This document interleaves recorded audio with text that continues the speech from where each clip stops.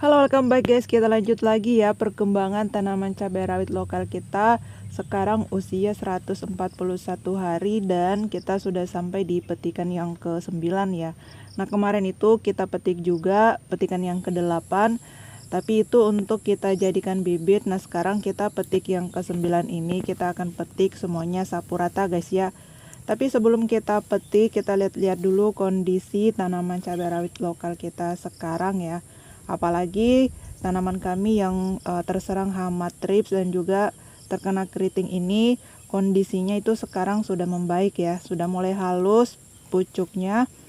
Namun infeksinya atau tanaman kami yang terserang hama ini tuh semakin banyak ya, artinya hamanya itu masih ada di sini. Karena setelah kita periksa tanaman yang dulunya sehat, daunnya masih bagus, ternyata sudah mulai keriting juga. Jadi infeksinya itu menyebar atau hamanya itu masih ada di sini guys ya.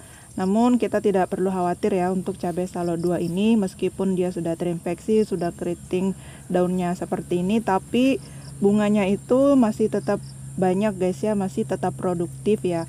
Karena biasanya jika cabai yang sudah terkena keriting atau daunnya sudah mengkerut itu buahnya akan rontok, tapi kalau untuk cabai salo 2 itu tidak akan rontok guys ya, meskipun terkena hama, meskipun terkena penyakit, buahnya masih tetap produktif.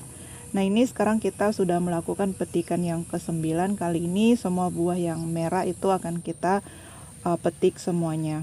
Jadi kalau biasanya kita petik itu hanya yang merahnya saja untuk kita jual sebagai bibit, kali ini di petikan yang ke-9 kita sudah mulai petik semua buahnya guys. Karena di petikan yang ke-9 ini kita sudah memasuki puncak masa panen ya. Jadi buahnya itu sudah mulai serentak masak semuanya, jadi kita petik saja sekalian ya. Dan di petikan yang ke-9 ini kita sudah mulai dapat di atas 10 kilo setiap minggunya dari populasi 650 pohon. Dan kita akui guys ya, untuk cabai kami yang ini tuh kurang produktif.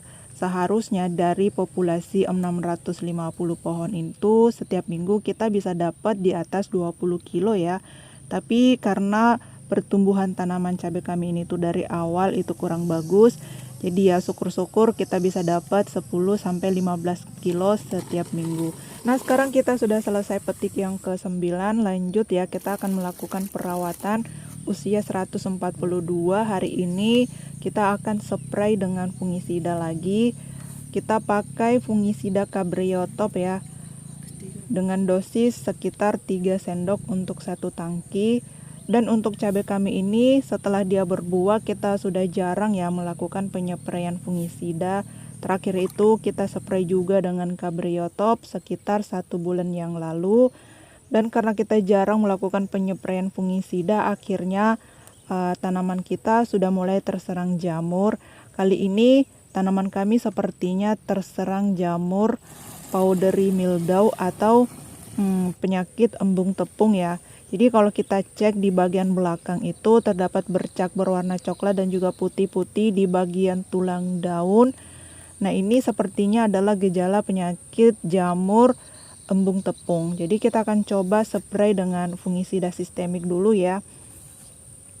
Dan setelah kita cek, hampir semua tanaman kami ini tuh sudah terserang penyakit jamur ini. Jadi hati-hati ya teman-teman, untuk penyakit ini tuh tidak terlalu kelihatan karena memang dia bersembunyi di balik atau di belakang daun. Tiba-tiba saja daun tanaman cabai kita itu kuning lalu rontok semuanya. Jadi penyakit ini akan berbahaya kalau dibiarkan ya. Dan seharusnya untuk tanaman cabai yang sudah berbuah seperti ini itu harus rutin dilakukan penyepraian fungisida minimal 1 kali setiap minggu untuk mencegah penyakit jamur. Tapi karena kami lalai atau kita jarang melakukan penyepraian fungisida, akhirnya ini sudah mulai terkena jamur ini dan bahkan sudah banyak daun yang kuning dan rontok juga.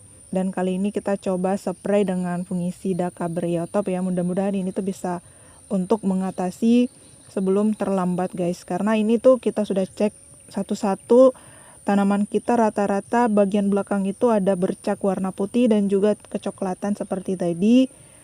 Walaupun daunnya tidak sampai kuning guys ya, tidak sampai rontok semuanya, tapi penyebarannya itu sudah merata hampir di setiap tanaman. Jadi ya seperti itulah guys untuk tanaman cabai rawit, harus ekstra perawatan karena belum selesai satu penyakit muncul lagi penyakit yang lain. Nah guys, sampai di sini dulu untuk video kita hari ini. Kita akan lanjut lagi perkembangan tanaman cabai rawit lokal kita ini di video yang akan datang ya.